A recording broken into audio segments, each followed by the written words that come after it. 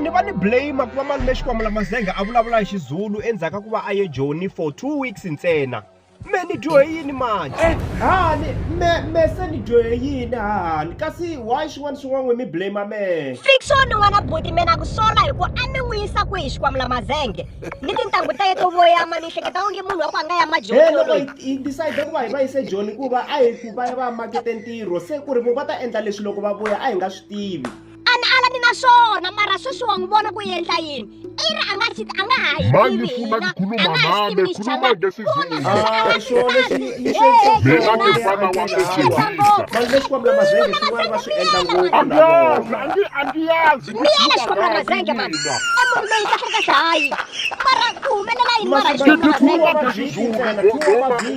Khuluma Xikwamula ngesizulu na he a va ha yi tivi. kasi a tshembisa ka ku koma njhani ku vele ku anginizi khuluma ngesizulu man Xikwamula Mazenge